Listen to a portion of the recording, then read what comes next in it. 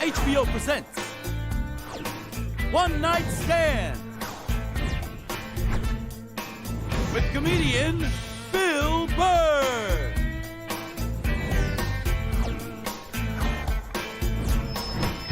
Ladies and gentlemen, Bill Burr.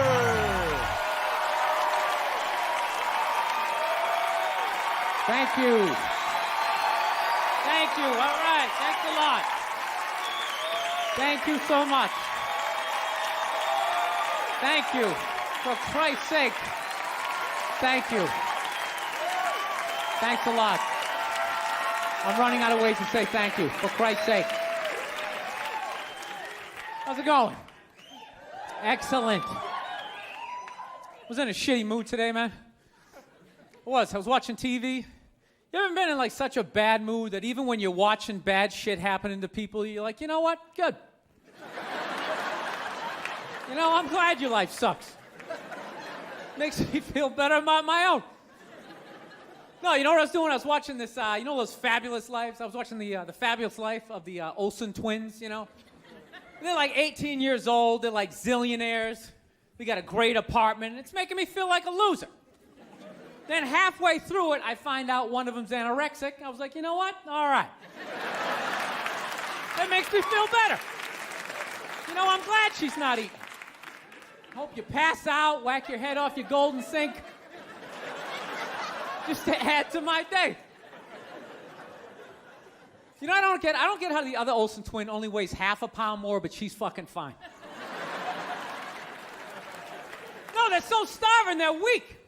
That's why whenever they take a picture of them, you ever notice they gotta like fucking lean them up against each other? So like they don't tip over, like they're like still trying to look sexy. They're not sexy, they look like aliens.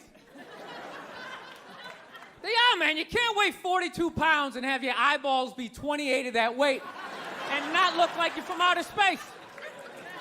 Like, when I look at them, I think if E.T. was going to have a threesome, those are the two bitches he'd hook up with. He would. He'd get that glowing finger going. Now, I'm feeling like a loser, man.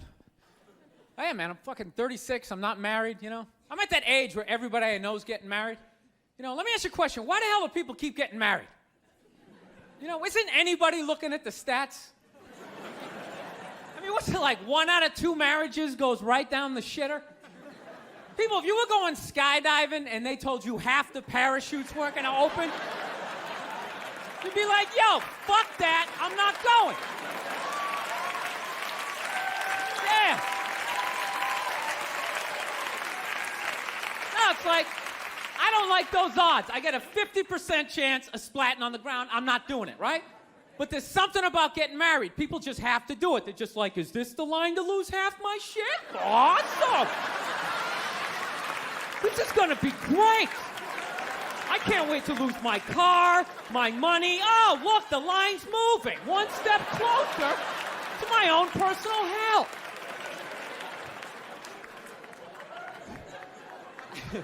No, I don't think I could ever get married, man. Married dudes freak me out.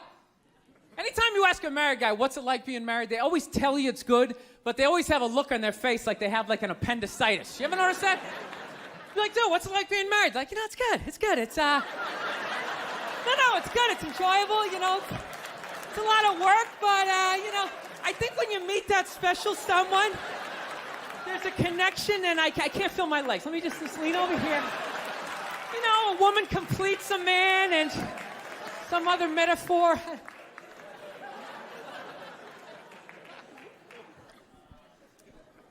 No, you know what freaks me out too, really? When you go to a man's house, there's nothing in there, a married guy's house. When you walk in there, there's nothing in there that even suggests a man even lives there.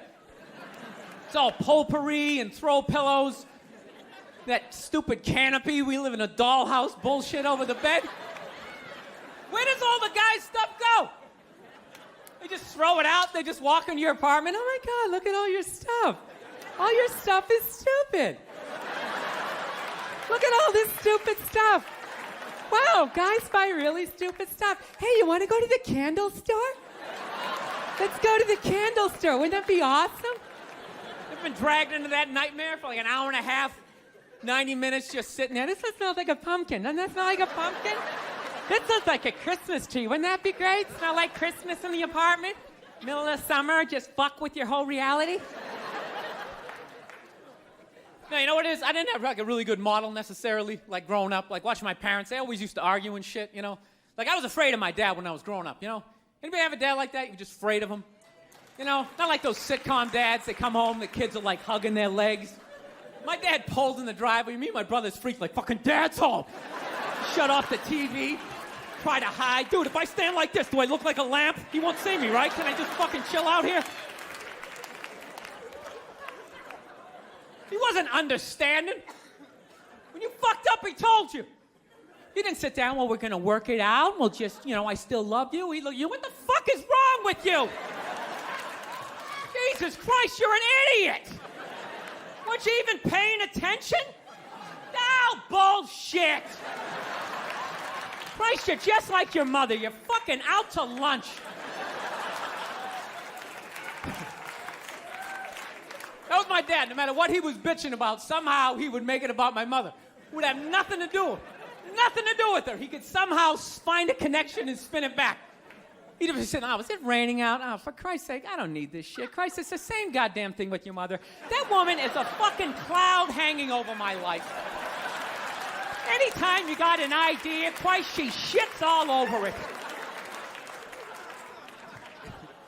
No, he was hilarious. He used to work all the time, so he didn't really have like any friends or anything. So he used to talk to me when I was 8 years old like I was a fucking bartender. Just dumping all his shit on me. Like playing in the sandbox, he'd be coming up there. I tell you, I don't know what the fuck I ever got married for. I'll tell you, man, I'm gonna get the fuck out. I swear to God, one of these days, I'm gonna get in the car, I'm gonna fucking drive out of here. Your mother's a bitch, Billy. Do you realize that? The woman is a fucking bitch. Is that too real for you guys? You fucking know what I'm talking about.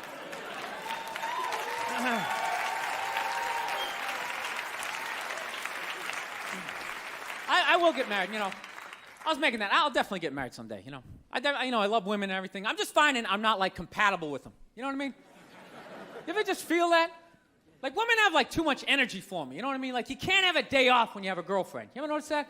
It's almost like they see that open day. They're like, oh, my God, let's go fill it up with shit. No, then they just come at you with one horrible idea after another. Horrible ideas. Like, you want to make some sandwiches and go to the park? You want to go to the Container Store, get some containers for your T-shirts?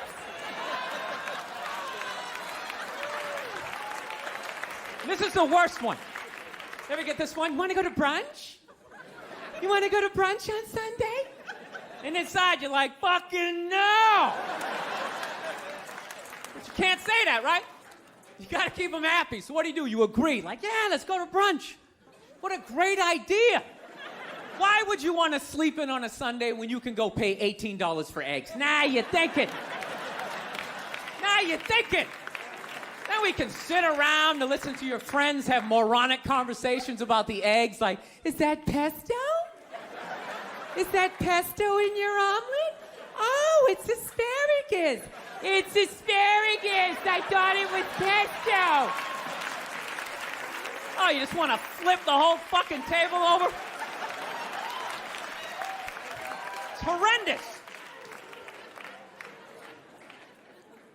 I'm trying to learn to pick my battles when I date girls. I usually argue with women all the time, man. I'm stupid like that, you know?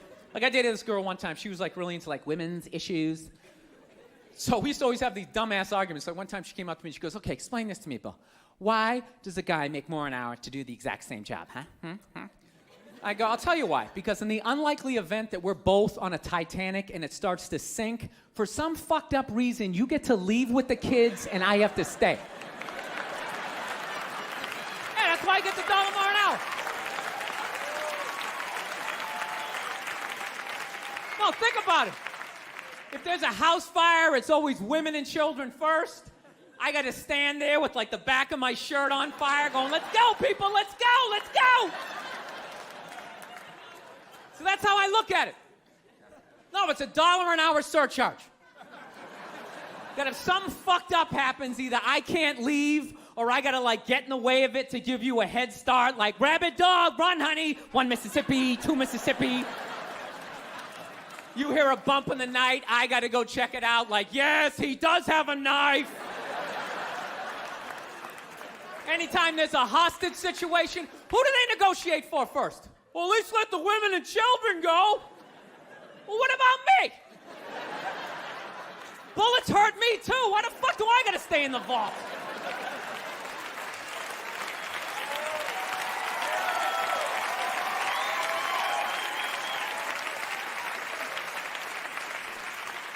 No, that's my point, man. Where are all the feminists in those situations? You know what I mean? You can't find them. There are no feminists in a house fire. That's a guarantee. You could take the most hardcore feminist, some chick right in your face, like, you chauvinistic son of a bitch. Little short, little haircut, the whole 9 yards, right? Second those flames break out, she's gonna twist those little hairs into pigtails. Oh, I'm just a girl. I wanna go play jump rope. And leave you standing in a burning house like you're not flammable. You know, but I'm not a dick, though. I'm not saying I think a woman should make $1 less an hour to do the same job. All I'm saying is if you're gonna make what I make when the boat sinks, you better be standing right there next to me, listen to that guy play the cello. Then you get the corner office. You get all the benefits or whatever. So anyways, I was watching George Bush today, man. That guy scares the shit out of me. No, not because, like, all that political stuff. He's just, like, too into Jesus for me. I get uncomfortable with that. When people get, like, overly religious, it kind of freaks me out, you know? You know what I mean? Like I don't mind. I don't mind when, like, black people get really into Jesus, though, you know? Because, like, somehow, like, the shit stays spiritual. You know, you get a couple of good songs out of it. You know what I mean? People look like they're having a good time. Somehow when, like, white dudes get too into Jesus, all of a sudden, like, shit catches on fire. People start dying, somebody says they're Jesus, and they try to fuck every chick in the compound. Then the FBI's got the place surrounded, that tank comes in shooting the flames out the front. And I'm not saying white dudes are any more crazier than black dudes, it's just that nobody's watching us. That's the problem. That's too much freedom. It's kind of like living alone, you know, that same kind of fucked up freedom? You ever feel when you live alone, you like slowly go crazy? You know, because you got too much freedom, because everybody does crazy shit. But when you live alone and start doing something crazy, there's nobody there to be like, dude, what the fuck are you doing? What is wrong with you? What is that? Put it down.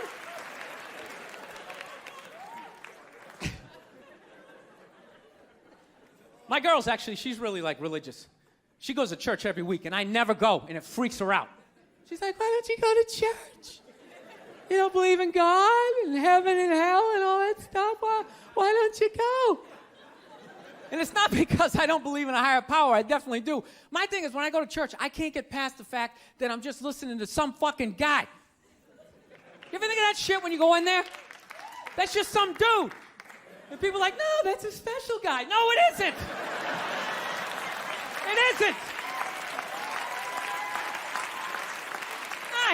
He didn't like levitate down from the ceiling like, oh, this white light around him. Why would you listen to another human being tell you where you're gonna go when you die? It's just like, dude, have you ever been dead? No. Great. So wouldn't it be safe to assume that you wouldn't have the slightest fucking idea what you're talking about? Yeah, you're making it up.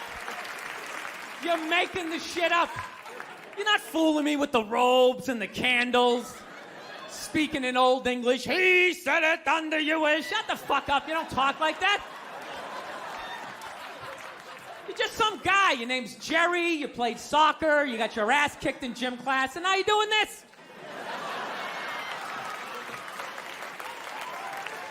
Acting like you're special.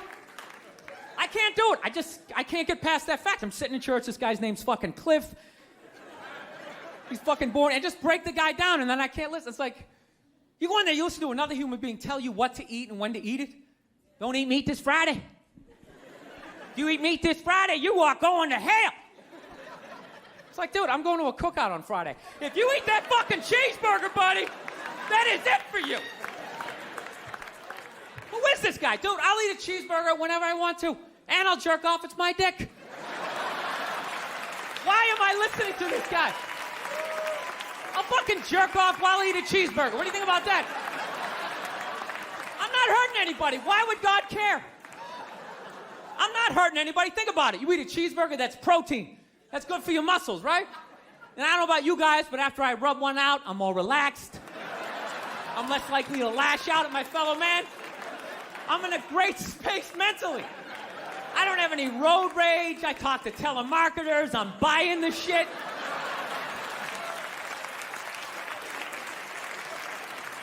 I think they just make it all up.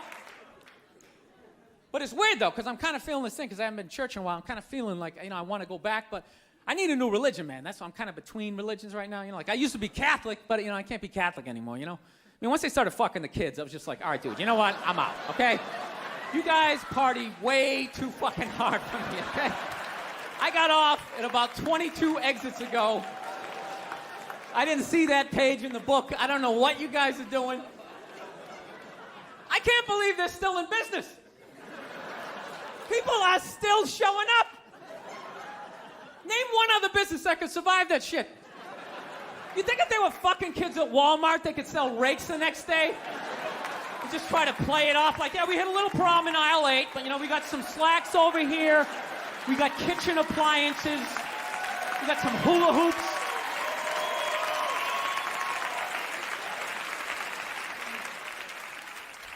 You guys saw the Pope died? You saw that, right? Yeah. Everyone's flipping out, man. I thought that was a good thing. I was like happy for him, man. He was in horrible health. You know what I mean? Everybody just wanted the guy to keep hanging on.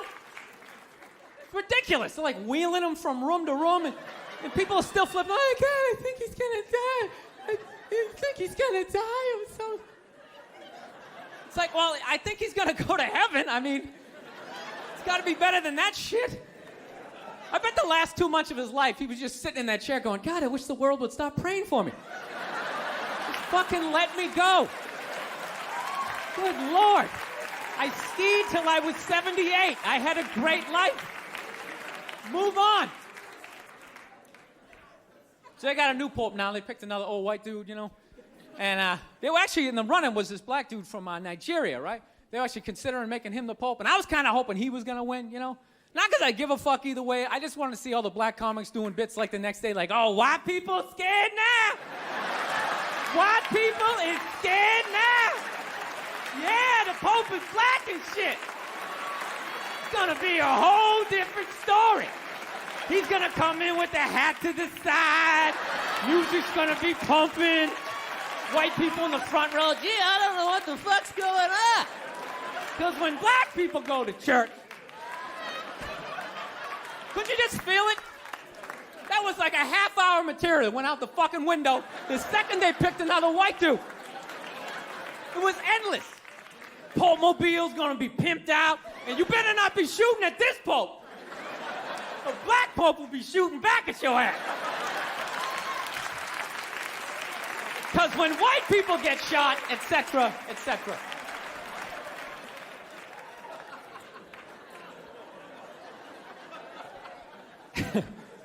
Actually, I had this black dude moved in my building, man. Lives on the same floor as me. He's one of these dudes. Every time, he's hilarious. Every time he says some shit, right after he's done saying the shit, he repeats, like, the most important part of, like, the previous sentence.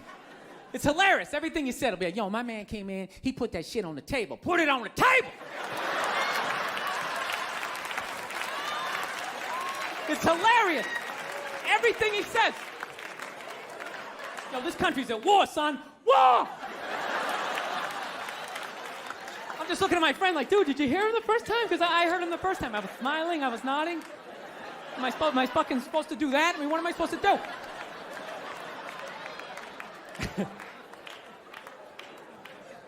Actually, I got a couple of friends of African persuasion.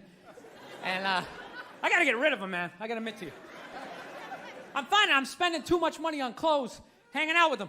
Because I got to, like, fucking try to keep up with their wardrobe. It's like every time they go out, they got all brand new shit on. All brand new shit. So when I show up, with my white version of brand new, which is, I basically, I ironed the shit, right? I ironed it, right? It's new. They just start trashing me. I can't keep up with them, man. They got like fucking 58 pairs of sneakers. Ever notice that shit? Like every color fucking Timberland? And I don't give a shit what fucked up color their shirt is. They got a pair of shoes to match it and a hat. It's like a rule or something. They're the worst. Even when you wear some new shit, there's like some sort of rule that you gotta like space out the amount of time within which like that you wear it. Because God forbid you wear the same shirt within a 10-day period, one of them's gonna notice. All of a sudden just look at you funny like, this motherfucker's got the same shit he had on last Tuesday. And then the whole car's like, oh shit!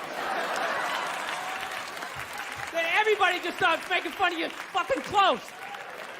First they do the math, like, what was that, 5 days ago? 5 days? This motherfucker got 5 shirts!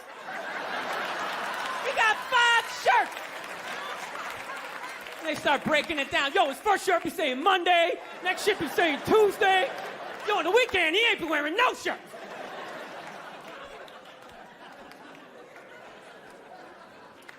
I'll tell you, it's actually funny. You know what? That's actually how I judge black guys now. When I first came to the city, like, all black people scared me. No, I was like the typical white dude from like the suburbs, you know what I mean? Had no frame of reference, you know? So my only frame of reference with black people was like remember those early 90s gangster rap videos? Throw the fucking LA riots in there, man. It was fucking horrible PR.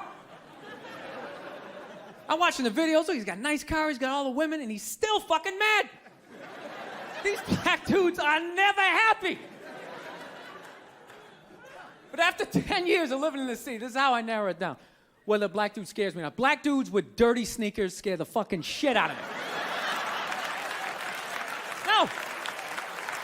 I figured out in my head, because I know from hanging out with them, that's the last shit that they're gonna let go. The immediate shit that they have on. So I think, if his sneakers are fucked up, that means his life is fucked up. Every time he leaves his building, the whole neighborhood, oh, shit! Everyone starts making fun of him. He's on the train in a bad mood. I kind of have this howdy-doody, kind of mug-me kind of face.